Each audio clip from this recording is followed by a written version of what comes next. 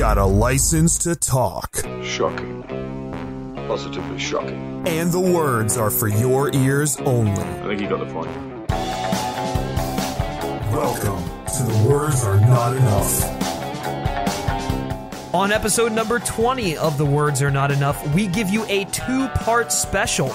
In part 1, Bond 25 may officially be filming in Norway. Could Daniel Craig be returning for Bond 26? Or will Richard Madden step in to don the tux in the battle for the martini? All this and more coming your way now.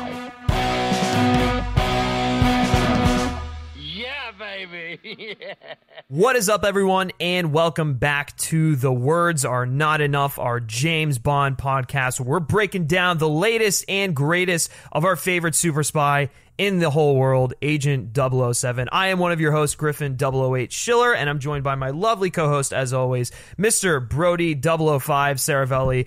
How are you doing on this fine, what is it, Friday? Oh, yes, it is definitely Friday, and I feel wonderful. It's a shame that my desk is in the coldest corner of my room, so that's fun. But I'm all wrapped up. I'm in my PJs. I put them back on as soon as I got home, and yeah, I'm ready to talk some Bond. I'm ready. We got some pretty interesting stuff that dropped today. So yeah, we do. We got a good stuff on the docket for today, and this is our first show of 2019. So that's right. Pretty cool. Yeah, wow.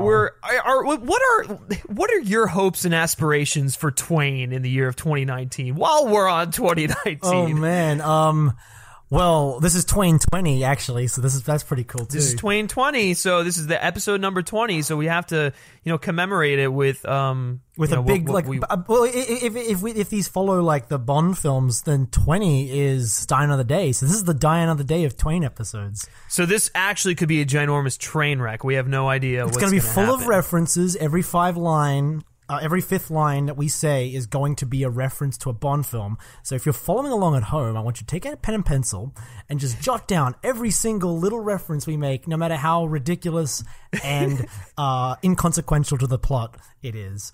Yeah. Well, I mean, to be fair, we do make a lot of them. There is always a "this is not enough" reference in there somehow, going back to the title. We'll have to make like a drinking game out of our isms, the Twainisms.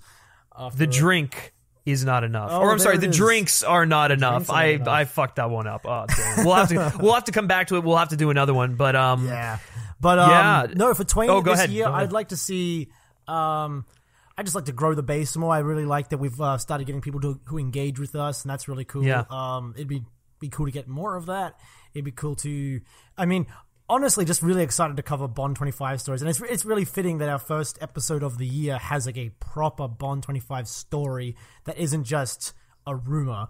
So that's cool. I'm looking forward to more of that. I'm looking forward to the inevitable special episode we have to do when Eon just randomly drops a press conference. Yeah, I will be eagerly awaiting that too. Yeah. So lots to look forward to. But and also.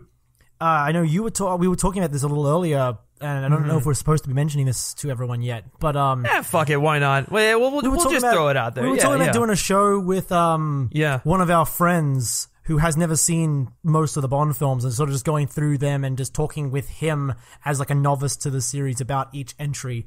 That sounds like a fun little project. Might offer some new perspective on the series. Because I think if you're listening to this show, and for both of us, you're pretty well acquainted with the Bond films. You know what they're about. So it'd be really cool to talk to someone who hasn't seen them and like see what they pick up on the series watching it for the first time. You know what I mean? As an adult. Oh yeah, absolutely. Because I mean, our friend, I think he said that he's seen like bits and pieces of some growing up because his dad was a big Bond fan, but like, for us, we grew up... What negligence of his father's part, not to... Oh, I know. Such a shame, really.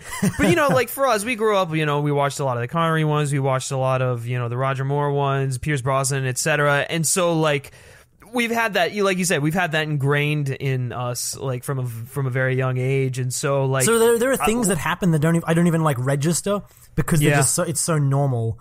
Yeah. Yeah, no, exactly. So that was a project that I'm very interested in taking on. We would upload those episodes to the Twain feed, so it wouldn't really change for you guys. What is the working title again? Oh, it was Baby's First Bond. Oh, God, yeah, Baby's the logo, First Bond. Tell us what you think of this. The logo would be a martini glass with a little sippy cup lid on the top, just to make it as emasculating as possible. Oh, yes, we have to have the alcohol. It's not enough to just like watch through the movies for the first time. You have to shame them for having never watched them. Absolutely. Oh, that shaming will be part of it. Yeah. Nothing says welcome to a fandom quite like embarrassing the person in public. Yeah, that's true. Well, and it might be something where the guest changes each episode, it might be the same guest throughout the entire series. We're still kind of working out the kinks on that. Well, as we workshopped this idea, because you brought it up to me, then as you brought it up, it just so coincidentally fell into our laps that is Tyler. His name is Tyler. Yeah. For those of you who don't watch any of the shows on the Men vs. Movies channel, he's usually a regular contributor on there. Him and I do an award season show called The Front Runners, so you may be familiar with him, you may not be, but it's our friend Tyler. Yeah. But just coincidentally, while we were workshopping this idea, Tyler just sort of drops into our lap and says, "Oh yeah, I haven't seen most of these." And it's like, "Oh well, shit, we're looking for someone like that." Yeah. So yeah. It would be. I feel like it would be foolish on our part not to take advantage of that. Oh, absolutely. I mean, it's a perfect situation to just kind of finding someone for the crazy. Craig films will be hard. I don't think Tyler has seen any of the Craig films. I think the only one he's seen is Skyfall. How? I could be wrong on that. Oh my god. Yeah, dude. This could be an incredible opportunity here. Wow. So absolutely. We got to take full advantage of it. He did just watch Dr. No the other day, so we may do kind of a test run episode with that. And like a pilot. Whenever we have time, just kind of dive into that and whatnot. So. Yeah, let us know what you think of that, and then let us know what you think of the title, logo, etc. If you've got better names, be sure to throw those in the comments section of wherever you're listening. Couldn't be too hard to come up with a better name. To be fair, I agree. Baby's First Bond is pretty. It's a little insulting to the guest. I like it though. I'm a big fan of baptism by fire. So. Oh, absolutely. Yeah, you have to. You're quite the Elliot Carver over there. Oh, yes. Yeah. That's but, the best news I've heard. Delicious. Right? That is the ultimate compliment for you. I feel like that is just you live for that. Yeah, it's delicious. It's delicious. As a journalism major, nothing gets me going quite like being compared to a corrupt,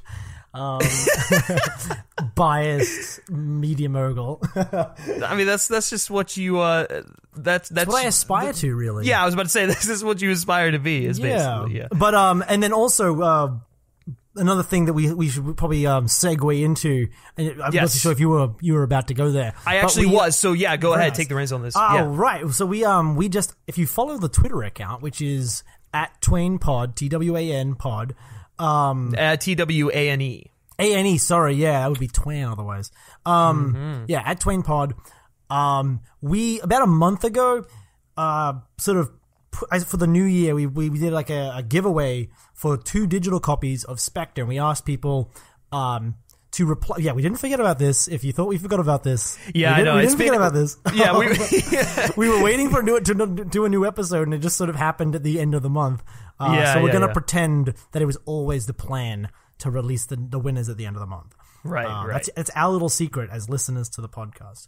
But so basically to enter, the condition was that the person had to basically tell us which plot thread from Spectre they most wanted to see, which hanging thread from Spectre they most wanted to see resolved in Bond 25, if any of them. And we got a lot of really, really good answers. We got a couple of joke ones, which were genuinely very funny. Right, yeah. I enjoyed all of the responses, to be honest. Those legitimate ones, and then the troll ones. I think there was one about 009. What is 009's fascination with Sinatra music or something like that? It was great. No, exactly. Yeah, we got some really, really funny ones, and we got some really, really good in-depth ones as well. And just generally, just a very interesting conversation. In the old in the old comment section. But we had to pick 2 winners, and so Griffin and I sort of talked about this, and we tried to figure out what was the right balance of like lighthearted and like a substantive answer. And we eventually came down to two entries. One was from Royce the Voice, and he gave us a really like interesting answer where he said he wanted to see the Bond Blofeld brother plot point resolved, which at first sounds controversial, but he goes on to say that basically it didn't work in Spectre, but it is part of the canon now, so he'd like to see it like sort of wrapped up in a way that maybe makes it a bit more palatable, which is very interesting because that is something that's been on my mind, where it's sort of like that is just a thing that exists now, and we could just ignore it and move on, but there's been such a stress on continuity that it'd be weird to just sort of, oh yeah, they're not brothers anymore, forget that. You know what I mean? So finding a way to like around that would be interesting without bogging the story down in like revisionism, because that would be unfortunate. So that was a really great answer. I like that one so now a lot. Yeah. He can have more of a think about the brother subplot. Yeah, he can make a digital copy to watch. Now he could use that to make his inevitable video essay on wanting to resolve that thread. Oh wow, yeah, of course you're gonna tap into and then the second answer that really caught our eye was actually like it was like a bit of a thread, and that was from Joseph Ilif. I'm probably mispronouncing that. My apologies if I am. But he gave us a really, really detailed sort of response where he was talking about how he wanted to see, like, you know, what MI6 is going to look like following the the transition away from the old MI6 headquarters in Skyfall and Spectre, and like the destruction of like the Seeds program. How does the MI6 team work within the new government order, that kind of thing. And then also just some stuff about Bond and Swan and what's going to happen with them. Really, like, I mean, I think that echoes a lot of people want to see, and now that we know Madeline Swan's coming back, I think that's just a no-brainer. Yeah, absolutely. But yeah, no, he put a lot of thought into that response, and so we appreciate that. We appreciate when someone goes above and beyond. So yeah, so you two fine gents will be enjoying a digital copy of Spectre. Everyone's favorite, the least divisive Bond film.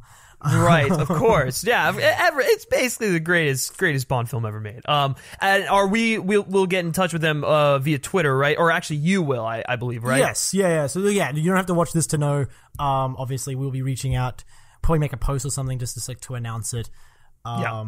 Which will probably happen. It will coincide with this going up. So, yeah. So, if you're listening right now, they probably already have them.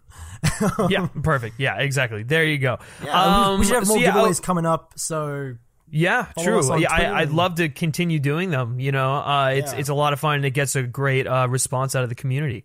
Mm-hmm. Yeah, and just generally more discussions on Twitter. We do discussions every week. So, come be a part of that. It'd be great. Absolutely.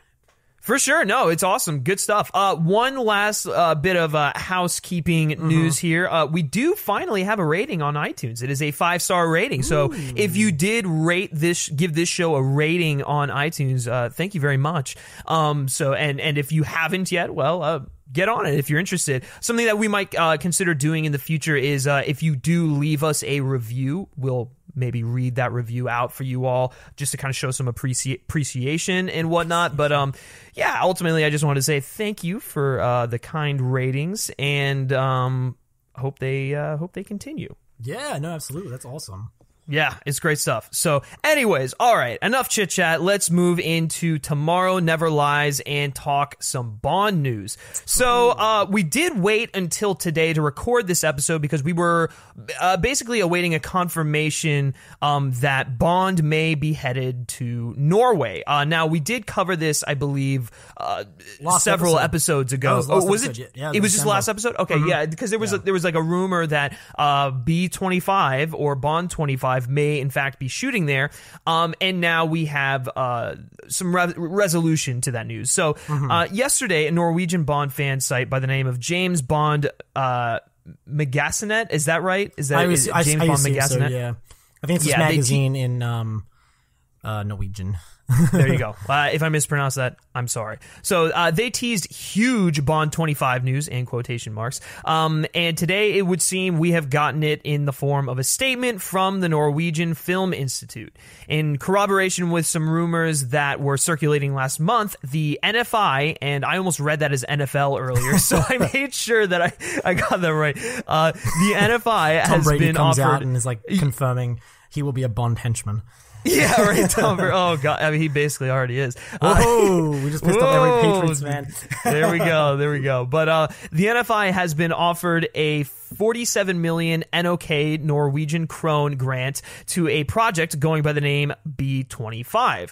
Wonder what that could be. As part of a tax incentive scheme to draw projects with a large international reach to the Scandinavian country, which is about $5.5 million US for those of you who are not from Norway, which I assume is probably a large majority of you.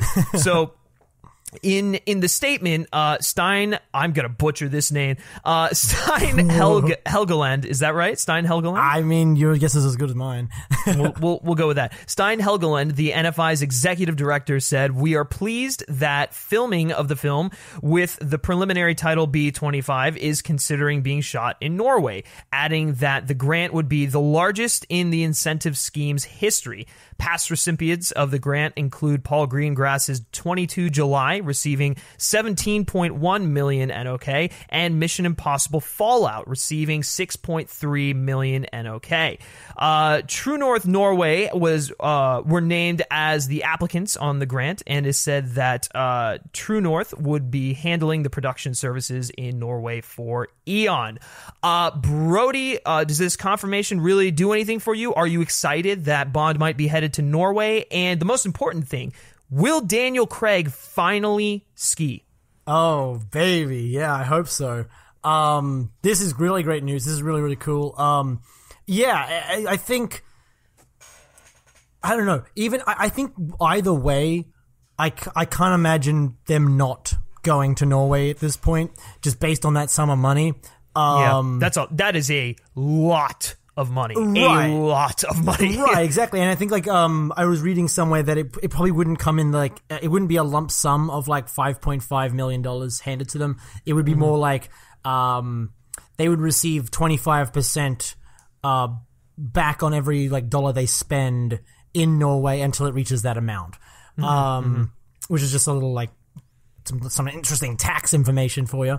But but basically, I mean, even if Norway is standing in for somewhere else, and it's like Norway pretending to be, I don't know, Sweden, you know what I mean? Russia, any sort of cold, Nordic country. Yeah. If well, I might take offense at you calling Russia a Nordic country, but well, it's not a Nordic country. I'm sorry. I apologize. You know what I'm saying? Like any place, any cold, snowy climate. Yeah. Apologies. No, it's fine. I just could read the comments coming our way. Oh yeah, I'm sure they're coming. Yeah. Yeah, no, it could be Iceland. It could stand in for any of these countries. Yeah. Or it could just be Norway. You never know. I almost hope that it is just me Norway. too. Give us a location we haven't seen before. Really. What's the thing? I think we talked about this a little bit because we had a poll about it a couple months ago. About places Bond hasn't been, and Bond's never been, in the movies anyway, has never been to Scandinavia. At least by name. Which is crazy to me. It's insane. It's right there. But so it'd be an interesting new location. It'd be cool to see not just going to generic snow locations. It'd be cool to see them actually Bond actually going to a Norwegian village, a fishing village or something. That's the thing. I almost want to see them bring to screen some of the culture of Norway. That's if they're going to use it as absolutely, because I love when he goes to different locations and you really get a feel for those locations, like the culture of those locations in the film. And I feel it's a location he's never been to before. Let's showcase the region, not just stereotypical skiing and mountains type stuff. Let's really make it part of the plot. So if that's the case, I'm 100% in. That would be amazing. Absolutely, yeah. I think that'd be really, really cool. But yeah, there is a possibility it'll be standing in for something else. and if that's the case, it's probably because they have a snow location on the in the script, and this is a good deal for a snow location. So, but yeah, they may end up not taking it, but I don't think they would have applied for it if they didn't have plans to at least entertain the idea very strongly. True. Yeah. No, it is. It's like, I have nothing but good things to say about this. I really hope we get to see Daniel Craig ski. I hope we get to see just like everything that this location has to offer. Going back to your point, real quick about what you said about like the culture and everything else. That was kind of like very early on, like the 60s and whatnot. With the Connery films, that was kind of part of the appeal of the Bond films, is that they could afford to go to these places for real. So you'd be seeing actual Japan in your movie set in Japan. And much like the books, they kind of almost operate a little bit as like a fantasy travel log, where it's like, I can't afford to go to Scandinavia, but I can go there in a Bond film and get to see some of the locations. It makes a good little tourism video for the country. Like, yeah, exactly. Yeah, oh my God, the film. Yeah, what do you call it? The film commission or the Film Institute. It would eat that shit up. I mean, they could put that on like, hey, come shoot here. We're going to offer you amazing incentives and. Look what Bond 25 did with this. So they've really tapped into a spy market with Mission Impossible last year, and now Bond 25 this year. They really they're like, okay, Norway's the place for spies now. Apparently. Hey, I'm all for it. I think that's awesome. Hell yeah, no, it's really cool, and it's it just goes to show you just how gives you a sense of the scale of this film, that. Like, and of a Bond production in general, that, like, Mission Impossible filmed there for, what was it, 6.3 million krone, and then Bond is getting 47 million krone. Like, well, it tells you the weight that the Bond name carries. If someone says, we want to shoot James Bond in Norway, that film commission, or the Norwegian Film Institute is going to be like, yep, we're gonna try and get you all the money that we can give you because of the name recognition of Bond. I'm not saying Mission Impossible doesn't have that, but well, that kind of comes back to the idea that Bond is a little bit like more of a it's more known for its exotic locales. It's more known for that, like, that kind of that I don't know what it is. It's like kind of like a wish fulfillment, almost like a travel wish fulfillment kind of element to it. And the other thing that you were mentioning earlier, I think before we started recording, was that, or maybe it was yesterday, the Bond films, even some of the worst ones, have outgrossed the Mission films. Like Spectre has outgrossed, or it did outgross Mission Impossible Fallout, if I'm correct. Yeah, no, right? that is correct. Yeah, I think Mission Impossible was around the 700 million, and Spectre was high 800. Absolutely. It's that Bond brand name and the weight that the legacy of the franchise has carried. I mean, that's the thing, the investment will pay itself off. So absolutely. Sense, it makes sense they would be giving this much money to a Bond film. Yeah, absolutely. The last thing I will say is, if they're not going to make Norway like an integral part of like the plot, or like have Bond actually go there for as like part of the main plot, I'd love to see it used for like the opening action set piece, something really elaborate and creative, and that just really just gets you in there. I feel like using Norway and some of those winter locales would really make for an incredible opening. And Craig's been on a roll with his openings. Like the last two especially have been like two of the best. So there's definitely, there has to be at Eon like a sense of, we really need to do something spectacular for this one. Because they basically created a festival in Mexico City that still happens to this day for that opening sequence in Spectre. So which is amazing. There's a legacy here now that like they need to really not only utilize, not only do like the greatest stunts, but also, you know, really utilize the location, because that was what was great about the Skyfall opening and the Spectre opening, is that it couldn't have happened anywhere but Istanbul, and it couldn't have happened anywhere but Mexico City. You know what I mean? It really starred those locations.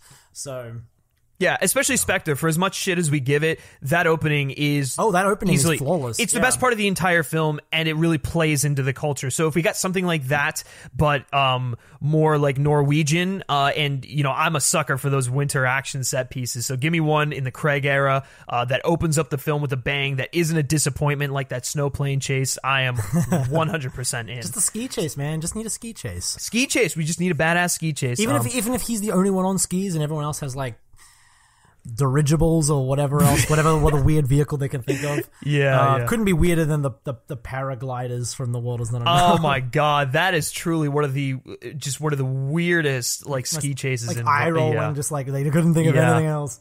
Oh, I know. It's ridiculous. But anyways, keeping with the Scandinavian theme for today's Bond 25 news, Bond 25 cinematographer Linus Sandgren seems to have confirmed to Screen Daily that Bond 25 will be shot on digital during an interview for his latest film, First Man, which was grossly snubbed at the Academy Awards. That's all I'm going to say about that.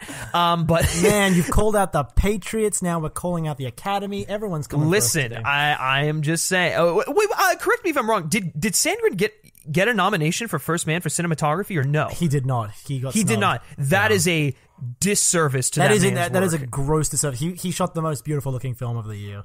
We all know it. It's just horse Even if you shit. didn't like First Man, it is gorgeous. Yeah, absolutely. Anyways, back on Bond. So that would make Bond 25 the second film in the franchise to have shot entirely on digital, following Roger Deakins' much celebrated work on Skyfall. This would also mark a departure for Sandgren, who has almost exclusively shot on film for his American projects. Brody, my question to you is, why do you think he's leaning more into digital for Bond 25, a franchise that has, really, they've done incredible work with film, on film, and it has a legacy of shooting on film, save for obviously Roger Deakins' work on Skyfall. Why do you think he made this decision, and do you think it's 100% confirmed, or do you think there's still some wiggle room for him to maybe change his mind and shoot on film? I'm sure. This is an interesting question, and it sort of goes into like the filmmaking process a little bit, which you especially are very familiar with. And for me, I think because I think this is probably confirmed because it came from an interview. It wasn't like a direct quote from him, but they just sort of threw it in there like it was something they spoke about. So unless it was just an assumption, then that's where I'm going to like. I'm going to lean towards this is probably something that came from him. But when it comes to films, nothing is ever like exclusively shot on one format. Usually, anyway, especially with these blockbuster films. So, like, they might be an IMAX sequence in a cut between. Put an asterisk to that because Christopher Nolan only shoots on film. Right. But I mean, like, you look at like, I'll give you an example, like with like Mission Impossible Fallout, which came out last year. It is a very similar genre, very similar style. Mission Impossible Fallout was mostly shot on 35mm film, except the skydiving sequence and the helicopter finale, which were both shot on digital. A, because the digital camera was just easier to do the skydiving stunt with, and then B, because they needed to shoot for extended periods of time to do that helicopter sequence, but they shot it on an IMAX aspect ratio.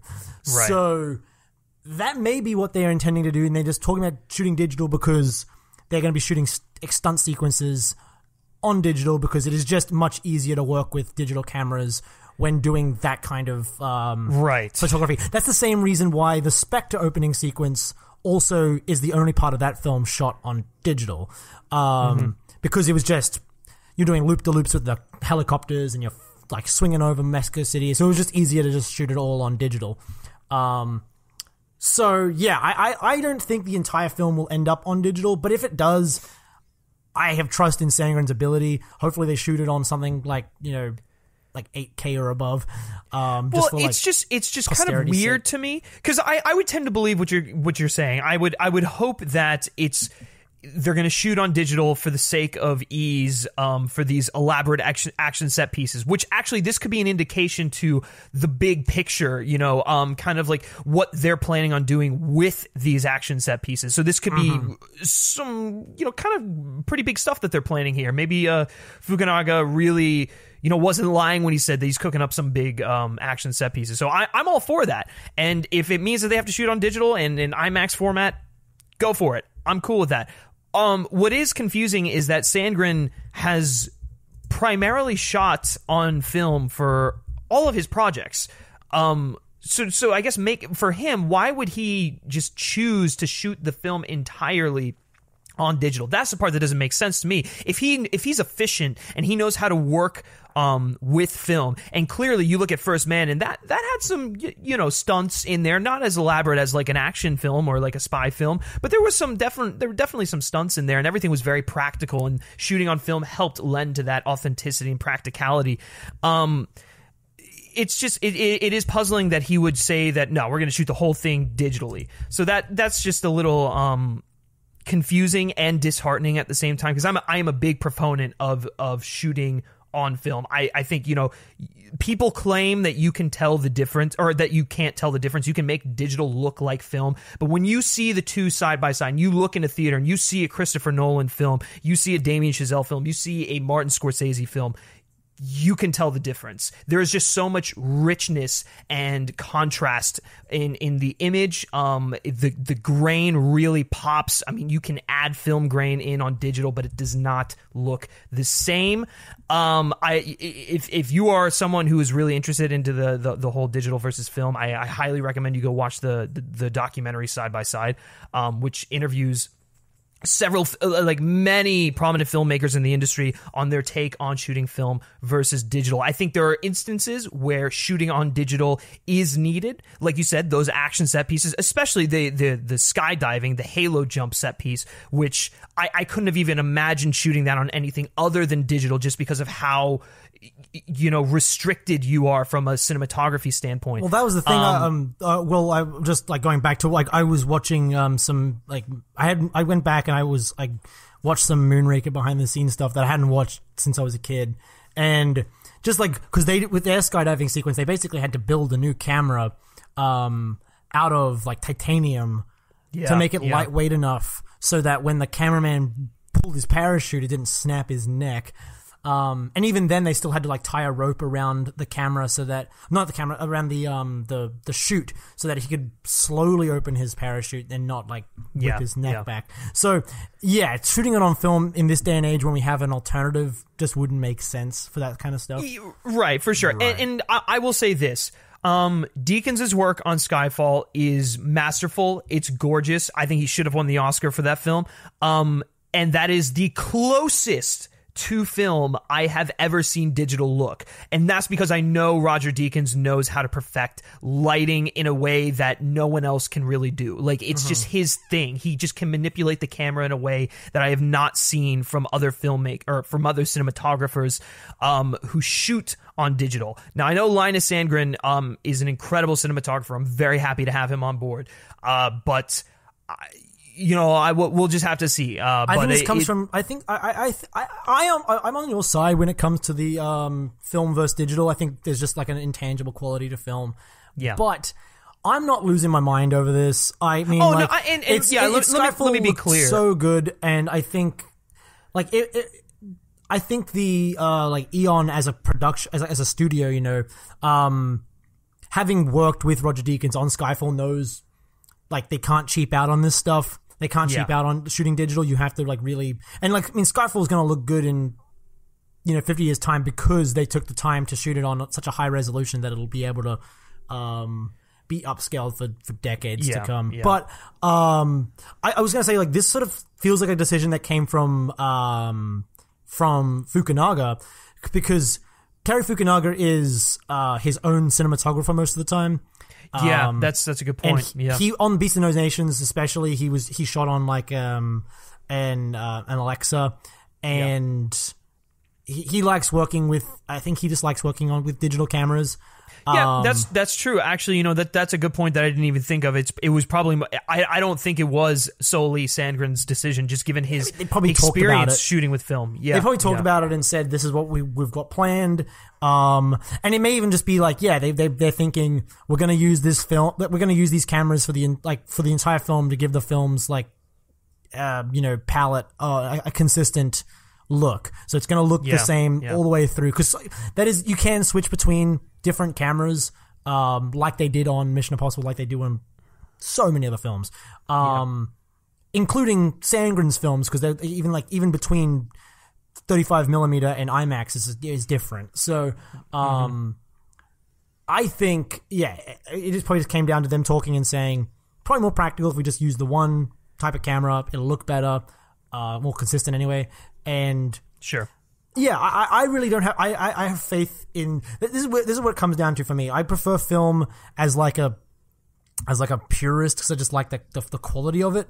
But it comes down to the creative type. Like I can't scold Roger Deakins, one of the best cinematographers working in the industry today, for working on digital. You know what I mean? Like if he thinks he's confident that he can work on that, and he puts out films that look amazing that are shot on digital, I mean, who am I to say that that's inferior? You know what I mean? No, I agree with that. Yeah, he's way more qualified to make that assessment than I am. Right. And yeah, if Christopher Nolan doesn't want to use digital, that's his prerogative. So if Sandgren is comfortable with this, which he seems to be, and if this is what Cary Fukunaga has envisioned for his film, I'm down. I mean, I think Beast in a Nation looked phenomenal. I would not have guessed it was shot on digital. I mean, not that I studied the film grain of the thing too much, but it is a striking looking film, and I think I have enough faith in Sandgren's ability to DP a film that he is going to make this look as good as any of his other films. So. Yeah, I agree. And let me just be clear, I'm not like losing sleep over this. It's just kind of like one of those, all right, well, that's a little disappointing, but I'm sure the film will still look good. That's kind of just where I stand on the situation. So anyways, we spent a whole lot of time on that topic, more time than I thought we were going to spend on that topic. It's an interesting topic, though. Yeah, it is interesting. Yeah, honestly, let us know your thoughts and opinions on film versus digital in the comments section of wherever you're listening to this. It definitely makes for a good debate. Actually, that could be a good Twain poll for you. So, just got the stuff going. Oh, I just got a notification that Christopher Nolan's next film is coming in 2020. Well, fuck me. There we go. All right. Derailed the show there for a second, but I got Bond very 26, excited. Everyone. You heard it here first. Let's fucking hope so, and we'll get to Bond 26 in a little bit later on. But first, we're going to keep on the theme of locations. So according to a report from Archivo 007, Greg Wilson, the son of Bond producer Michael G. Wilson, has been spotted in Cadiz, Spain, prompting speculation that he may be there location scouting for Bond 25, as he has been involved in scouting locations for the series since Die Another Day. Speaking of, Bond fans will remember Cadiz from Die Another Day, where it stood in for Cuba. Cadiz is also set to appear in Eon's upcoming feature, The Rhythmic Section, which is what may have sparked Eon's interest in the location for Bond 25. This was something that just dropped today, I believe, correct, Brody? Yeah, it just popped up on my Twitter feed, so I threw it up on here because we had another big story about locations today, so I just figured ties into that. Why not? Yeah, absolutely. So my question for you is, do you buy into this rumor? And if they're going back to Spain, do you think it's going to be Spain, or do you think it's going to be another stand-in? It'd be cool if they went to Spain. That'd be really neat. I'm struggling to think. Bond doesn't really go to Spain very much, so that would be neat to see. And this one's tough in terms of like the credibility of it. This one's tough. Archivo, I don't know how to say it. Sorry, I'm butchering. Archivo 007? Yeah, Archivo 007. That's how I'm going to say it. But I'm sure in Spanish it sounds a little different. But they've had some pretty good like stories before where like they've been on like the right track with information like this. it's the fact that, and I don't doubt that Greg Wilson is scouting locations. It's just the fact that the rhythm section just finished filming there. That like maybe he's just there. You know what I mean? Like they were just there, and so he's just visiting. But it is possible. Like it would fit the timeline of like Bond 25's like pre-production schedule that they would be looking for locations. So it's possible. It'd be really cool if that was the case, and if it's standing in for something else, I hope it's not. Almost. Oh, I'm of two minds of this actually. It'd be cool if it wasn't, because it'd be cool to see Bond go to Spain, and again for that reason of like sort of soaking in the culture, that whatnot. It also would be kind of cool if it was standing in for Cuba again, because it would be really cool to see Bond go to Cuba again. True. Well, kind of speaking of that, what Fukunaga was kind of saying about making this film go full circle, maybe there will be some, reason he goes back to Cuba for, whatever. I don't know. It's just full circle with Die Another Day may not be the place you want to go, but well, hey, who knows, man? I'm sorry. I confused Cuba with Bolivia. Forgive me. Right, you're good. But No, it would be really cool to see Bond go to Cuba. What with the regime changing going on there, and just because Cuba's an interesting location. But Spain would also be really cool, just because I'd love to see Spain. I'd love to see it be Spain. Yeah, it'd be cool to see Bond just cruising around in the mountains or something on like the highway in his supercar, or going to a beach or something. Like that'd be neat. And it would also make a nice contrast to Norway if like you have Bond going in Norway and going to Spain. Those are like you can't get more further apart than up in Scandinavia and then down in the Mediterranean. So. And it would probably indicate that the film is going to be largely European-based, which would be interesting. Which I'm trying to think of the last time we got something. Well, I guess Spectre was pretty... No, Spectre was in North Africa a little bit, weren't they? Yeah. Spectre went to Tangiers, I believe. And, it was also started off in Mexico. And, right, yeah. Yeah, and plus it'd be interesting to see a Bond film that is not predominantly set in the United Kingdom. Yeah, that's fair. Oh, yeah, that's a very, very good point. Yeah, so that'd be interesting. And it would be a nice, because we went to Rome in Spectre very briefly, but I don't think they really used the most of Rome. I guess he was only there very briefly, but it'd be cool to see him. Make the most primarily, I was going. Sorry, I didn't mean to interrupt you, but I think a primarily European-based, Bond film could be really interesting, since that we don't have the Cold War going on anymore, so they don't have to pull from that as much. So it would be like a whole new direction they could take the film, because most of the Bond films that were primarily European-based always pertain to the Cold War in some shape or form. So now that that's behind us, I'm curious as to kind of what there's so many different avenues they could go in. Well, here's the thing, and this ties into something else that we talked about on the Twain account. These are both in the EU, and Britain is no longer in the EU, or not, at least looking not to be. So that would be interesting. And I think we've talked about whether or not it's involved in the plot or not, but it would be interesting just to see Bond having to deal with being in Europe, being in a version of Europe that is no longer there to serve him and his needs. Yeah. So Bond goes to Spain, and maybe he tries to corroborate with, one of the local authorities, or a Spanish, the Spanish Secret Service, and they're just we're not really interested in sharing our information with you. Not adversarial or anything, just very guarded. That would be cool to see. That would make an interesting obstacle for Bond to encounter, and having him predominantly be in the EU for the adventure would maybe make a case for Bond having to be the only one who can stop this, because he's no longer able to work with his allies, and You may even be able to make a point or two about that. But yeah, see, listen, I think maybe this could be a slight indication that the story may be dealing with Brexit in some shape or form. At least, even if it's not directly, it'll have to deal with it in some capacity, just because. We'll be seeing repercussions. Yeah, he'll be in these locations. It'd be like going to Russia and then not mentioning that Putin was the president. You know what I mean? Yeah, absolutely. But yeah, no, that would be really, really interesting, and I'd be so down to see Bond in Spain. I'm trying to think of the last time he went to Spain. I am too. I really don't. If you know, or if you have the means to look it up, let us know of being the last time Bond went to Spain, if he ever went to Spain. No, he had to have gone to Spain. Was he in Spain at the beginning of Quantum? No, it was Italy.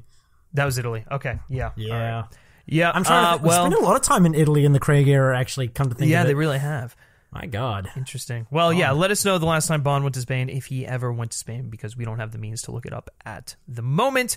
All right, moving on to our next series of stories, which kind of pertain to each other, and focus in on Bond 26, which if you clicked this video and you're watching on YouTube, that is kind of where the thumbnail has come from. But before we get to there, let's talk about this story here. So, according to an insider at The Sun, despite the rumors surrounding who will step into Bond's shoulder holster, I just completely butchered that. Oh, very, very nice, very nice on the notes, Brody. Into Bond's shoulder holster after Daniel Craig, Barbara Broccoli has not seriously considered a single name that has been floated, nor has she or her brother and co-producer Michael G. Wilson drawn up a short list of names for potential successors. The insider claims that Broccoli has done this out of loyalty to Craig, as she supposedly feels looking for a replacement while Craig is still in the job would be disrespectful, adding that Broccoli cannot look beyond Daniel as she values everything he has done for the franchise in the past decade. Furthermore, this insider claims that Eon has not even officially ruled out Craig doing a sixth Bond film after Bond 25. Although no further information about this detail was given, it was worth noting that The Sun claims this source has dropped several other big Bond scoops in the past, but declined to reveal which ones. And so the question to you, Brody, is do you buy into this? Now, we do have a follow-up point to this, which I'll get to in a little bit later on, but do you buy into this? Because I know you have very strong opinions on the matter, and do you think it's possible that we could see Craig back for 26, even though I believe he has said that 25 is his final outing? Yeah. Quick little addendum to the previous thing we were just talking about. Bond has been to Spain twice. You did look it up. Okay, good. I looked it up. Yeah. So he was in Bilbao for the opening of The World Is Not Enough, and then outside of Madrid very briefly in For Your Eyes Only. So okay, really only twice, and for very, very small sequences. So well, you know what they say, you only go to Spain twice. Oh wow, is that what they say? Yeah, that's what they say. Well, I guess they can't possibly be there then. He's already done it. But anyway, talking about this story, yeah, I don't know. This one seems really dumb. This one seems like, it's from The Sun, first of all, and I just have no reason to trust The Sun at this point. I agree. Same. And then also, just the way this seems, this one kind of plays into a trend I've noticed, and this is where we're going to get passionate for a second. This kind of plays into a trend I've noticed a lot lately, which is that, this need to characterize Barbara Broccoli as this manic, incompetent woman who doesn't know what she's doing, and is purely driven by, her sexual desire for Daniel Craig. How do you come to that conclusion? Which is absolutely. She's very, very fond of him. In a way that should be. In a way that any producer would be fond of someone who starred in two, he's made the studio over $2 billion. You know what I mean? Yeah. He literally revitalized the franchise. Yeah. So of course she'd be keen to keep him around, but there has been this sort of desire for certain outlets and fans to characterize her as being this erratic lady who doesn't know what she's doing, which I think is a little unfair. I think Barbara Broccoli for all the faults of like Eon's handling of some of the Bond stuff lately, which doesn't entirely come down to them, given the fact that they've been working with MGM and Sony, who have been not exactly in the best financial state. Sony is quite possibly one of the worst studios to work with. Yeah, and MGM has been completely just incompetent in terms of I mean, they went bankrupt. Yeah, yeah. So I mean, I don't think all of these things have fallen on her shoulders or even Eon's shoulders, particularly. But I think this story sort of plays into that, this idea that Barbara Broccoli is fiercely loyal to Daniel Craig and doesn't want to disrespect him, and all this. It just sounds really soap opera-y. It's so over dramatized. Yeah, it's I mean, Daniel Craig is going to do one more film, and then, every Bond before him, they're going to find a replacement. You know what I mean? He's not going to be doing this until he's, fucking 70. He does right. I mean, have a finite end in his, foreseeable future. Right, yeah, exactly. So, I mean, I'm sure, as much as I'm sure she enjoys working with him, and he may even stay on as a producer or something going forward, seeing as he is a producer now. That could be interesting. That would be really cool, yeah. But...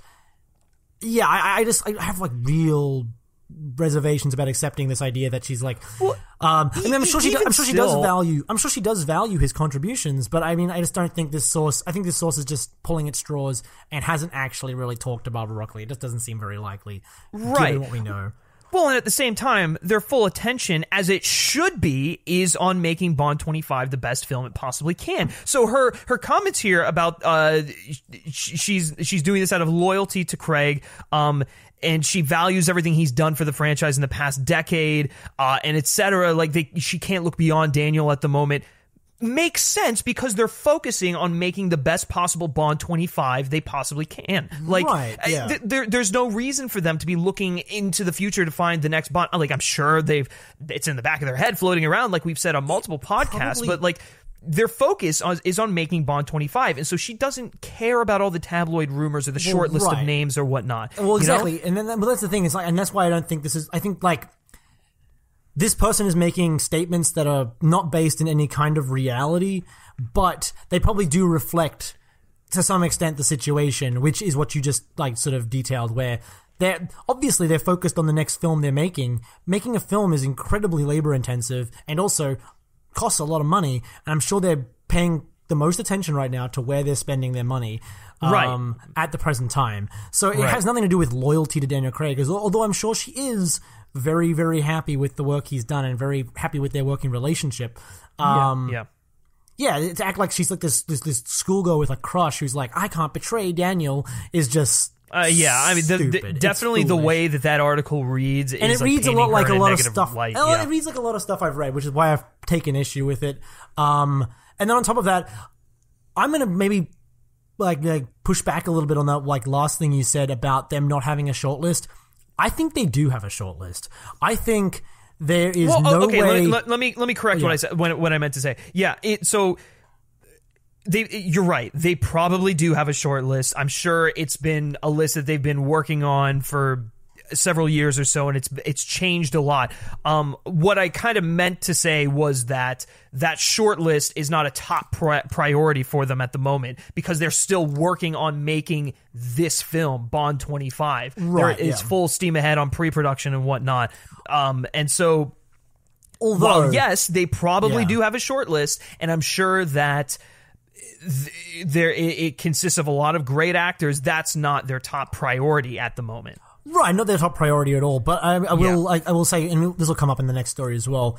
I hope that they find someone soon. I hope they don't announce it, and they're not going to announce it until Bond 25 is literally out on Blu-ray. But I hope they found someone and they've locked them in, because I would like them to be able to start production on this thing as soon as they can. That's true. Yeah. And just sort of at least start priming people for a new Bond as soon as they can. So once Daniel Craig has officially said, I am bowing out, this is my last film, which he'll probably say on the circuit, the junket circuit. The press circuit. Well, you don't necessarily believe everything you hear on the press. Well, yeah, he may slit his wrists too, you never know. But I'm sure at some point there will be an official announcement where he says, I am bowing out of this now because I'm going to be 60 soon and I'm done with the role. At that point, I hope Eon has someone in the wings that they can say, okay, thank you for your service, Daniel, but now here's the new face of Bond for the next decade, and this is who it is, and, like, you know what I mean? It'd be cool for them to have a plan, and I'm sure that they do, is the thing. Everyone likes to talk up Eon's incompetence, but... I don't think they're incompetent. No, I mean, like, they have managed to produce these films, I mean, year after year, despite MGM's, bankruptcy and Sony's general mismanagement. So, I mean, it's a testament to their to Wilson and Broccoli and their prowess as producers. But yeah, I'm sure they have people selected. I just hope that they have one person in mind that they're ready to sign or have signed, and they're just keeping it on the hush, because that would just make the most sense for me. But that being said, what do we think about Craig doing another film after this? Well, it would have to be a back-to-back thing, which kind of leads us to our kind of follow-up to that. So, it was recently announced that Christopher McQuarrie would be coming back for a Mission Impossible 7 and 8, potentially a two-parter. So, maybe to kind of compete with that a little bit so that Bond doesn't necessarily get lost in the shuffle, Craig's return for a 26 could signal that Eon intends to do a similar two-part story with a 25 and 26, or maybe a 26 and a 27, although I find that very hard to believe that a 26 and 27 would be... That's just... No, that doesn't seem likely to me. That's too much, But anyways... Or at the very least, plans to go head-to-head with Mission Impossible in 2022 with their own finale. It would be very interesting. Obviously, I would be curious to see the story, where they take the story in a two-parter thing, because right now I can't really think of what that two-parter would be, just given where Spectre leaves off. I can really only think of one additional film where they could kind of tie up what happens, but it could be interesting, and seeing an older Bond treated as an older Bond, which I don't think they would make the same mistake that they did with Roger Moore and playing him as being much younger than he really is. I think they would find age-appropriate women for Craig. You wouldn't get away with that. No. They would absolutely not get away with it. They would tackle age-appropriate themes, and it could be an interesting challenge for Craig. That being said, the man is going to be 60. He will have given a decade and then some to the role. So yeah, I don't know, something about that. I don't think it'll happen. If it does happen, I hope they get very creative I hope they get very creative with the directions in which they take the story, and they tackle stuff that we have never seen tackled in a Bond film before, especially with the whole aging spy in a modern world kind of thing. And that they've been running with Craig since Skyfall. So exactly, yeah, right, exactly. So who knows? Here's the thing with this for me, because everyone's going to say if they put it on 2022, that it's because they want to go head to head with Mission Impossible, right? Which is possible. Why not? Absolutely. Why not? Build up the spy competition. It's a friendly competition, I might add. Right, I know there are people who are like, well, Mission Impossible is far superior than Bond. Bond is outdated. And I'm like, all the other way around, but Bond is better than Mission Impossible because yeah. It's people get really fucking tedious. We should be excited, and we should be so lucky that we have two incredible spy franchises that are still going full steam ahead, you know? Mm-hmm. And here's the thing, though. I don't think that would be the reason anyway. No. As much as they like going head-to-head with these films. Mostly because Mission Impossible would probably lose in terms of box office anyway. Well, and you also got to think about this. They would be released also at two completely different times of the year. Different parts of the year, yeah. But I mean, it wouldn't. It's not like they need to reclaim a mantle from Mission Impossible. Oh, no, absolutely. But not that studios think about these franchises in that way anyway.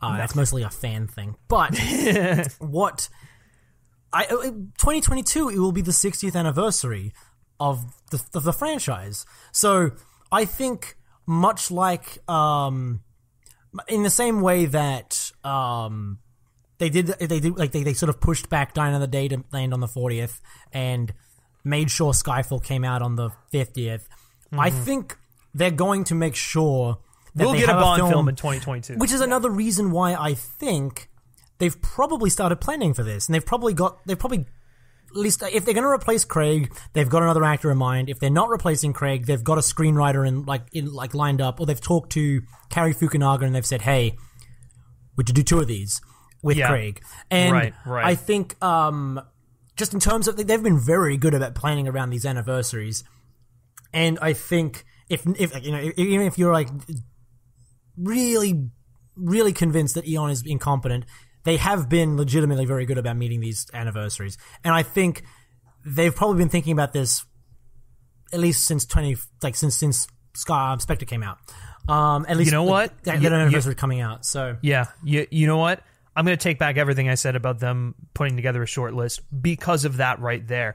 Yeah. If they're done with Craig announcing a new Bond for the 60th, absolutely, that is 100% what's going to happen. Either Craig is going to either Craig is going to stay on for another film, highly unlikely, or they have. But right, it's entirely possible. I have no idea, but I would just be very, very surprised. Or they already have someone in mind. They are already working on what that story is going to be, like a second team, like preliminary discussions. Obviously, their full attention is on Bond 25, but to nail down that 2022 release, for the 60th anniversary, what better than to introduce the new Bond and just come out of the gate swinging with it, make it a celebration for the 60th anniversary. Kind of like when Timothy Dalton, talking through this, kind of like when Timothy Dalton did the 25th. And they made a big deal out of Timothy Dalton being the new Bond for the 25th anniversary. Absolutely. And, I think that would just make too much sense to me. Well, and here's the other thing. The excitement that comes around the casting of a new Bond. What better than for the 60th anniversary to have the excitement of whoever that new Bond's going to be, and people are going to go see that film more so than they would probably go see a Bond 26 with Daniel Craig. And if they, just for the sake of just continuing on the speculation, if they wanted to compete with Mission Impossible, getting a new actor in a new Bond film for the 60th anniversary, there is no question that film wins 100%. That film gets the majority of the audience's money because they want to see what this new Bond can bring to the table. Yeah, it's a no-brainer. I think that's the best way to handle the 60th anniversary. I mean, with an anniversary like that, you want to look forward, not backwards. So you don't want it to be. You don't want it to be. Because as much as like something like, I think the best example of this is that Die Another Day is a film that looks backwards, and it's the worst for it. Yeah. And Skyfall, as much as it is about appreciating the past and learning from the past, and that kind of thing, that's like baked into the themes of the movie. It is also a film about the future and moving forward, and that's why that film resonated so well when it came out. It timed up with the 50th anniversary. It just felt like a fresh start for the series. It was like, this is incredible. It reinvigorated people's excitement. It made $1 billion. Like, I think doing something like that for the 60th anniversary, looking forward, saying like, Richard Madden or fucking Henry Cavill or someone, this new guy, this young guy is going to be the face of our of our franchise going forward. Is going to put butts in seats. Is going to excite people. And then especially when you look at, again, like humoring this competition with Mission Impossible, which is, again, it's not a competition. There's really no competition. Well, there's even if not so much like there's no competition, but like it's not a competition. They're two different series that happen to be about the same similar thing. Yeah. But if you wanted to entertain that idea, you've got. 2 Mission Impossible films back to back, year after, it's like 2021, 2022. So you got 2 of them coming out back to back, and you've got like this. Tom Cruise is getting pretty old himself; he's pushing 60 as well. I think the best way to compete with that is to say, well, you can see this old guy do stunts, so you can come see this new guy. You know what I mean? See this old, just some old guy, not like he's Tom Cruise or anything. No, right? Yeah, exactly. And I mean that's why the whole competition thing is stupid, but. I mean, if you wanted to push it from that perspective, that would make more sense as well. But again, I'm not really too interested in buying into the whole the competition. One needs to beat the other. Yeah, but, I completely agree. But in terms of optics, that would definitely be the preferable for the Bond franchise if you had this new young guy. Man, you during this conversation, my opinion has completely shifted because I didn't even think about the 60th anniversary. I'm like, oh, there's no way that Craig's going to be on for 26. And of course they're putting together a short list because they want that to be a big thing. Yeah, exactly. And like here's the thing, like it reminded me of like when Timothy Dalton was on hiatus because of the whole MGM thing, and basically what happened was they got a bunch of writers in to write future installments for Timothy Dalton so that once they would go on the new film, they could just jump right in and make his third film and his fourth film and just keep going as though nothing had happened and really catch up for lost time. And I think it's not hard to imagine that Eon, and now that they have, and this is another important thing to remember, Eon is now working not with Sony anymore. They're working with Annapurna or however you say it. Annapurna and Universal. Yeah. And Universal. And I'm sure they've just invested in this new franchise. They're not like, we can't have a 5-year break between Bonds. They're probably pushing, like saying, yeah, we've got the money, especially Universal. We've got the money. Let's just hire a screenwriter for 26 while you're working on 25. They don't have to be involved in the production of that film at all, so it's not like you're taking resources away from that film. It would just make the most sense. It'd be super easy, because again, they're their producers. Barbara and Michael can just go like from the set back to Pinewood and meet with the writer for the 26, and just it'd be so doable. And then not only that, I know someone, like the counter argument would be, they'll announce the new Bond in 2022. There's no way they're waiting from 2 years to announce the new Bond after. Yeah, that seems like an underwhelming 60th anniversary just to announce the new actor. And why would you wait? Like, why would you wait 2 years? Why would you do that? Yeah. That seems like out of, maybe if you believe the rumor that Barbara is obsessed with Daniel Craig, maybe out of respect. But, I mean, they announced Daniel Craig like as soon as I think Pierce Brosnan pretty much ducked out, and then they said, "Okay, well, this is the new guy." Basically. Yeah. Basically, as soon as they were ready to start filming that film. So, then again, he wasn't like going the most respectful way. No, that's true. But I mean, that's Hollywood, baby. True. But I'm. Like you said, 60th anniversary, it's going to be huge, and that sounded like a Trump statement right there. It's going to be huge. It's going to be the biggest. We're going to build a franchise. I regret saying that. Yeah. It's going to completely make Bond great. Oh, no, I'm not going to finish that sentence. Anyways, moving on to our final. Moving on to t-shirts. That should be our merch. Oh God, should we make hats too? Red hats. Oh my God. Oh man, I don't think I can. From a distance, it would look too much like the genuine article. We'd be targeted. Oh dear God. All right, so let's move on to the final topic of discussion today, which you mentioned Richard Madden. Well, those Richard Madden rumors never die. I wonder why he's on my mind. Oh, what? What were you saying? I said, wonder why he's on my mind. Oh, yes, right. Daydreaming so, about of course, more Bond 26 rumors, and this one deals with Richard Madden, as I just mentioned. So, according to Express, we may be closer to Richard Madden taking on the role of 007 than previously thought. According to Lorraine Kelly, she bumped into Madden at the National Television Award after party following his big win for Best Drama Performance for Bodyguard. On the subject of whether Madden would return for a second series of the hit show, Lorraine was coy, but eventually broke and stated that it is going to come back. I think we can safely say Bodyguard is coming back. He's definitely going to be there. She then followed this with, and he's definitely signed to be James Bond. It's highly likely that this was simply a joke Lorraine was making with her audience based on the supposed leak from October that claims Madden has already signed for Bond 26. But nevertheless, the Richard Madden rumors continue. And so we have the battle for Bond 26. Who's it going to be? Craig or Madden? Brody, what do you make of this these statements from Lorraine Kelly? How do you take her he's definitely signed on to be James Bond statement? All right, so this is my hot take. Well, first, the first part's not so hot, but definitely a joke. 100%. There's no way this wasn't a joke. There's no way in hell. There's no way in hell that if this happened, I'm sure they met each other at the after party. I don't think Lorraine's a liar or anything, but she's a comedian, I think, or she's at least a TV personality. She's making jokes. That's just what you do. There's no way in hell Eon would let someone just announce this for them on TV randomly. And B, there's no way that if Richard Madden had gotten the job, he's telling Lorraine Kelly. You know what I mean? Yeah, right. At a party, no less. What I think this is where my hot take comes in.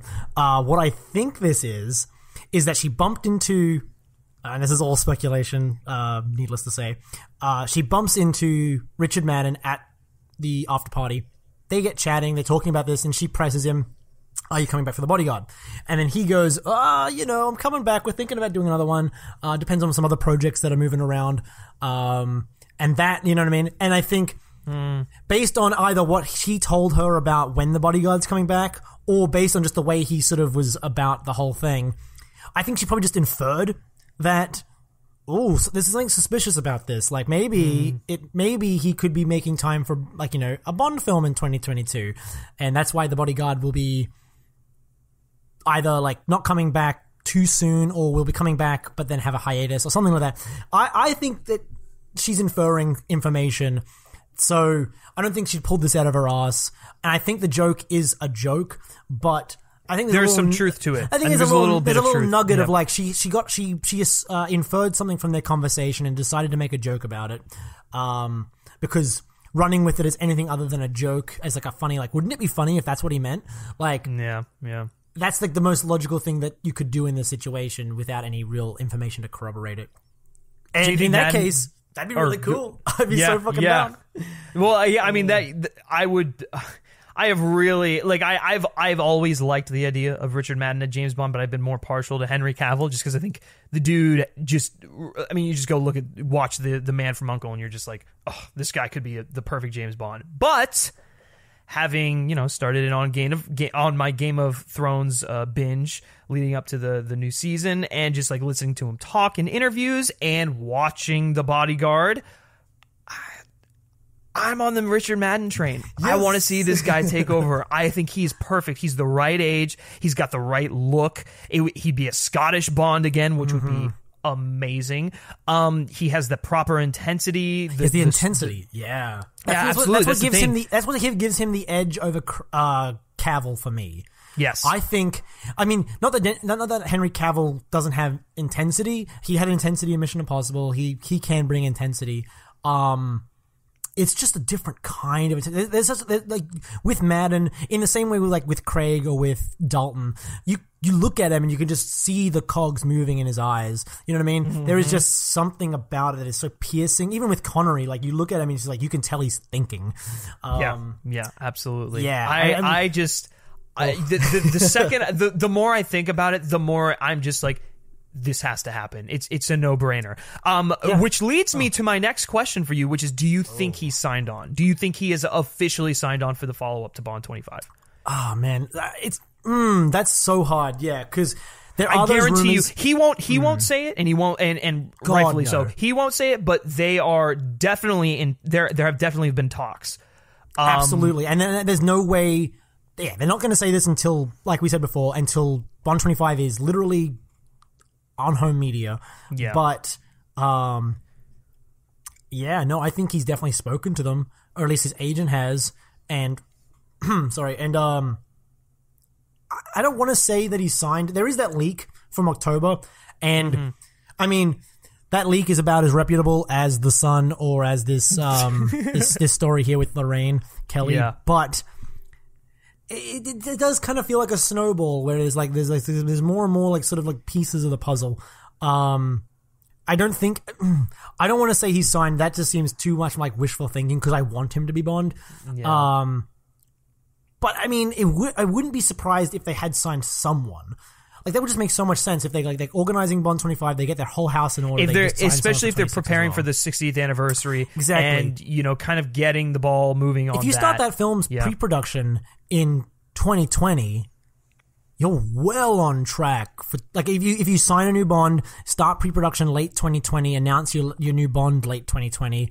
Yeah. You have all 2021 to film this thing. Post-production late 2021, early 2022, release it in November.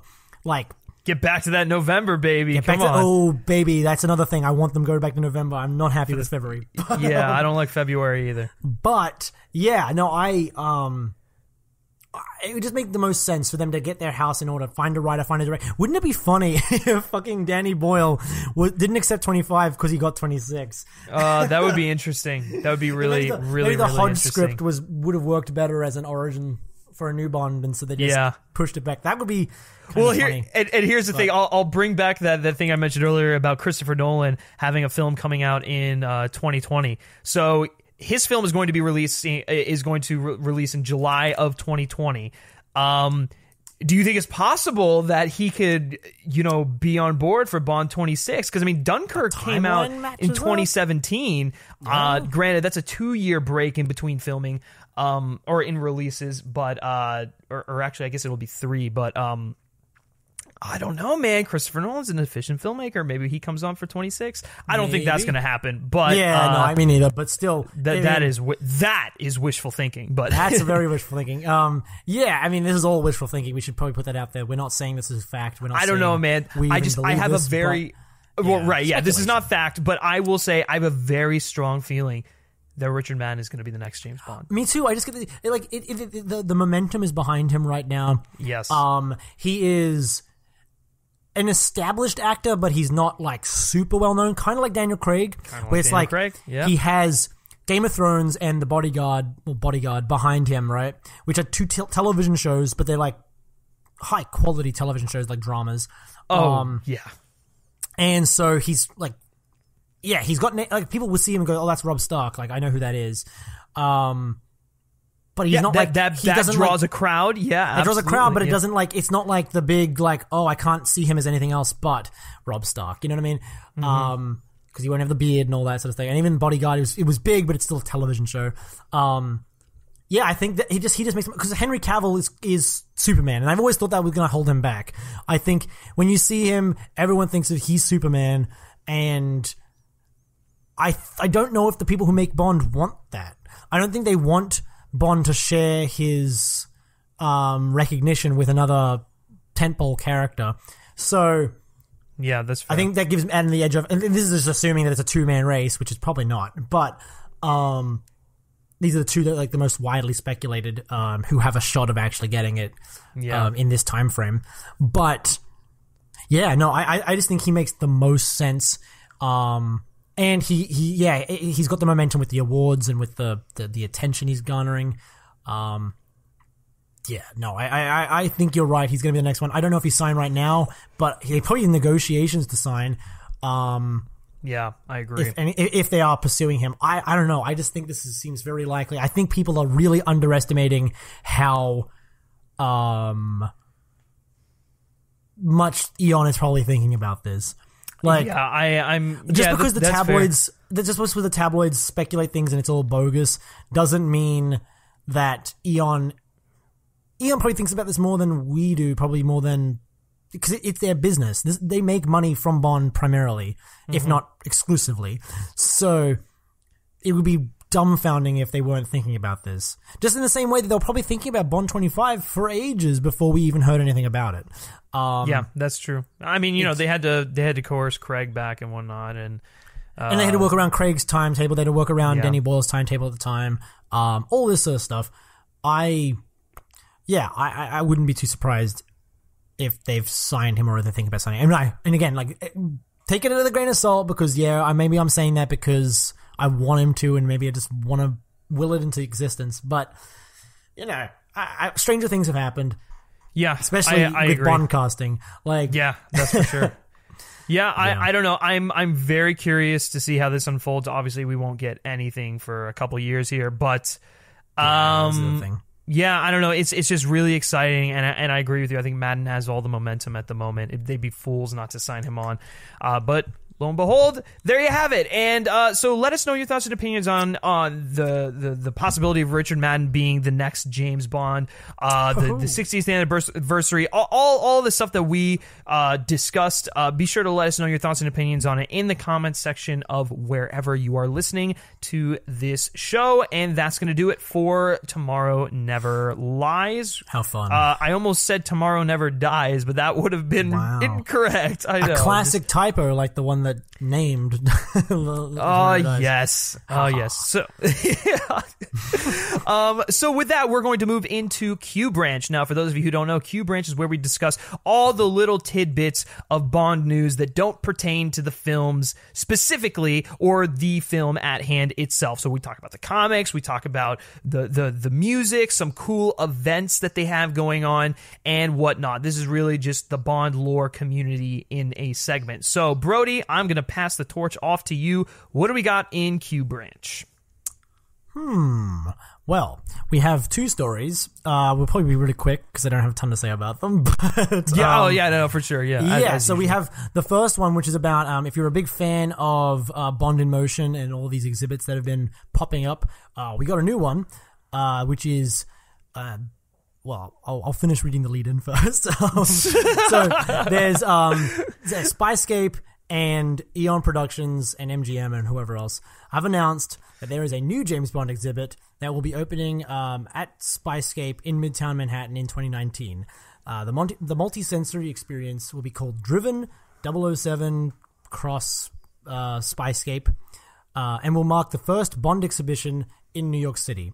The exhibition promises to help fans discover 007 from a different perspective and explore the creative process behind the 007 movies while revealing the secrets of James Bond's iconic Aston Martin DB5, investigate gadgets from Q Branch, and examine examine original concept art in Oscar-winning production designer Sir Callum Adams' studio, while also peeking behind the scenes of Skyfall's explosive finale.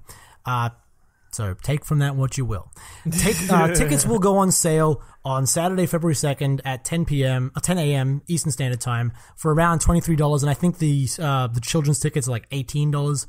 And the exhibit is set to open on March 8th of this year. If you're an American Express user, you can actually get your tickets right now, and that's up until January 30th at midnight, and then you'll have to just wait for February 2nd, which isn't really too long of a wait, honestly. So if that sounds like something you're interested in, if you're in the area or you're going to be in the area following February 2nd, following March, was it 8th? Check that out because it sounds really interesting. It sounds like it'd be a cool thing. I always love the Bond experiences like this, and the what is it, the Secret Cinema in London? They're doing that Casino Royale experience. That sounds like something. That sounds like a blast. Yeah, let me tell you. But I always love when they do these. I mean, they still have the Bond exhibit at the Spy Museum in DC, which is always a blast to go through. Well, they're closing that now. Are they? Yeah, I'm not surprised. It's been there for years. I mean, it's been there since I don't know. I think when Skyfall came out. So it's been a while. That's the thing. Like, it's a shame because you could have done like an East Coast Bond exhibit, like little trip. But now you just have to stay in New York. What a shame. Oh, I know. What a shame to have to go to Manhattan and go to this exhibit for only $23. That's really not bad. That's not bad at all. Yeah, I mean, I'm wondering what the multi-sensory experience, having not done any of these before, I don't really know what they're like. And I've never been to Spyscape, so I'm not really too sure what that is either. But multi-sensory experience sounds interesting. It sort of sounds like it might be one of those, like, you ever done those flyover things where you, like, get in the chair and then they missed you and they kind of like the ride at Disney, the Soarin' or whatever it is. Soarin' over, that's what it is, like Soarin' over. Yeah, I did one in Vancouver and it was like Soarin' over Vancouver, and it had a weird detour into Shanghai for some reason. Like, we were flying over Vancouver and then suddenly it's like, whoa, there's the Great Wall. And oh man, it was pretty cool though. So if it's something like that that's Bond themed, maybe you're in like maybe you're in Zhao's like Jaguar with the top down, and so you get like iced in the face or something. Just so many possibilities. I know, who knows? But I mean, I could be way off. It does sound really cool, though. It also sounds cool to see. The most exciting thing for me is those production design, concept arts, because Ken Adam is quite the master of his craft, and really it'd be amazing to see like just some of like his behind the scenes concept. We've seen them before, like DVDs and Blu-rays and whatever else, but it'd be cool to see the actual thing. And yeah, agreed. So if you're interested and you're in Manhattan or you're going to be visiting Manhattan, maybe consider checking it out. Yeah, and then our last little story for Q Branch is it was David Arnold's birthday 2 days ago. Hey, it was January 23rd. Man himself. The man, the myth, the legend. It's I nearly said Sir David Arnold, but we can only dream. So if you don't know who David Arnold is somehow, he composed for 5 Bond films, including Tomorrow Never Dies, The World Is Not Enough, Die Another Day, Casino Royale, and Quantum of Solace. He also did some work on the video game 007 GoldenEye Reloaded, which was really some really cool stuff, very Quantum of Solace sounding tracks in there. I guess because he worked on it right after Quantum of Solace. But so he turns 57 2 days ago. So happy birthday, David. Thank you for all your work. Hopefully we can add Bond 25 to your resume very Hopefully soon. we can have David Arnold on the show one day. That is one of my dreams. That should be one of our goals for 2019. Get David Arnold on the show. Just cool. Well, we know if you follow him on Twitter, he's a big fan of those Greg's vegetarian sausage rolls. So maybe we could just like coerce him with some of those and say, "Come on, we'll buy you some sausage rolls." I love him and Lauren Balfe and Michael Giacchino's just like all of their conversations on Twitter. And what's his name? Daniel Pemberton as well. Oh, Daniel Pemberton joins in. Yeah, that's right. Buddies. Yeah. It's great. It's great. It's amazing. It's the greatest thing ever. What's your favorite David Arnold Bond score? Oh man, damn it. Probably Tomorrow Never Dies. Tomorrow Never Dies is like, I think we've talked about this before. It is David Arnold just literally throwing everything at the wall because he thinks it's the only Bond film he's ever going to get to score. And it shows. Like, it is truly exceptional. Not to say he ran out of ideas for the next couple scores, because they are all fantastic. But Tomorrow Never Dies is just so varied in terms of its instrumentation, and like you get like some of those like electronic sounds which he plays around with in The World Is Not Enough and in Die Another Day a little bit more. But you also get like a really rich orchestral score as well. You get the bongos. Possibly one of my favorite renditions of the Bond theme ever for when the Hamburg escape. Mm-hmm. And he's really just all firing on all cylinders, and they cannot like La La Land Records needs to release his expanded score for Tomorrow Never Dies immediately, because I would buy it. I think it's next on the list. Yeah, it has to be. They're working backwards. Yeah. So I love that one. What about you? What's your fave? My favorite is Casino Royale. I just can't go wrong. I think it's the perfect sound for the new Bond era. And I think so many tracks in there are legitimately jaw dropping. It's not very often that I can say I listen to a score and I'm literally visualizing the film as I go along with the score. I mean, your score has to be really, really good in order for that to be that effective. And Casino Royale is just one of those scores. African Rundown is one of my favorite tracks of all time on a score, period. Yeah. Not to mention my favorite action scene of all time. That still blows my mind. That's the thing about a great score. A great score is it enhances scenes. It's a part of the scene. So I think, I don't want to speak for you, but it probably is a big part of the reason why you love that action scene so much, that it has such a great score.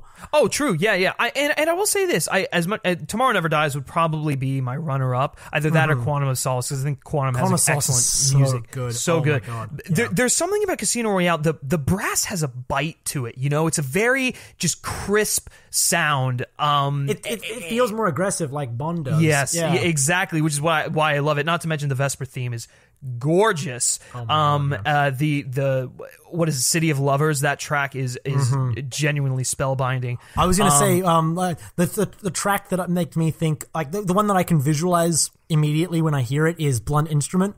I literally see that fucking Ford driving down the road when I listen to Blunt Instrument. It's just so, and in Bond getting out, like him disembarking the plane in Nassau. Oh my god.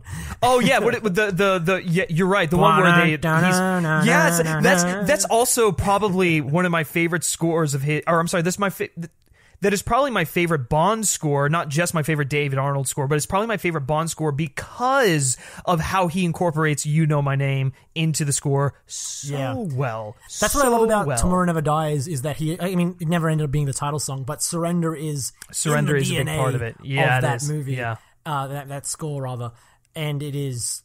Yeah, it's incredible, and that's the cool thing about a Bond score that I think David Arnold gets, in the same way that John Barry got it.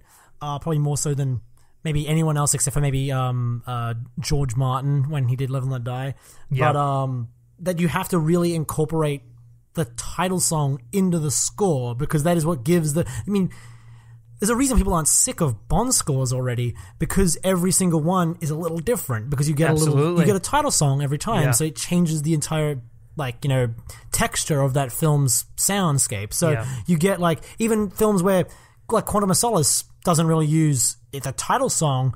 It uses a rumored to be unused title song. Well, but, actually, I would say that Quantum of Solace borrows a lot from the Casino Royale sound, because it's the first legitimate sequel, like 1-2 sequel, and I think the music it beautifully just is continued on there, incorporating new themes, but also bringing back the Vesper theme. Like I think of course, the final shot where he drops Vesper's necklace into the snow while Arnold plays the Vesper theme, but then also hits that piano note from the Quantum theme. It really just brings some finality to that journey, and it's just completely enhanced by his score there. 100%. And I think, but at the same time, I don't think you could ever mistake Quantum of Solace's score for Casino Royale. No, you can't. Not at all. Yeah, absolutely and I think that's what I mean by that texture. I think it's like you can listen to Tomorrow Never Dies, War Is Not Enough, and Die Another Day's scores, and even though people accuse those films of being kind of samey, their scores are completely different. You can't mistake a world track for a Die Another Day track or a Tomorrow Never Dies track. They just all sound so different, because in The World Is Not Enough, you have that na na na na na na, and in Tomorrow Never Dies, you have the wah wah wah wah wah wah wah wah, and it's it is just so.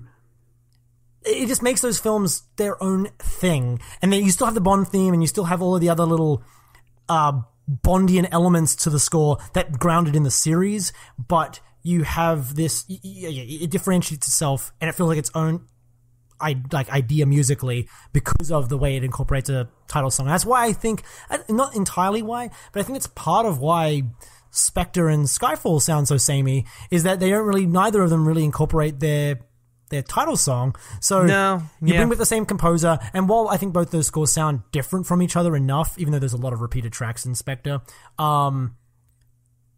you get a lot of we were talking about this last night, where you're listening to it and you go, was that from this or from that?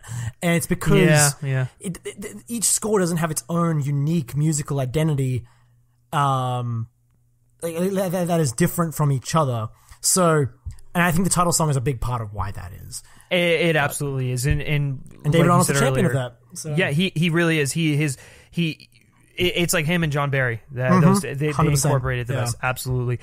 So we wish David Arnold a very happy 57th birthday. Thanks, guys, for checking out Part 1. Part 2 will be available in a matter of days, in which we discuss the Bond films that defined their respective decades. Be sure to stay on top of all things Twain by giving us a follow on Twitter @TwainPod and subscribing to our podcast feed on iTunes, Spotify, or wherever you listen to podcasts. And while you're at it, if you feel so inclined, leave us a rating or review. It greatly helps out the show. Thanks again for listening, and until Part 2, take care.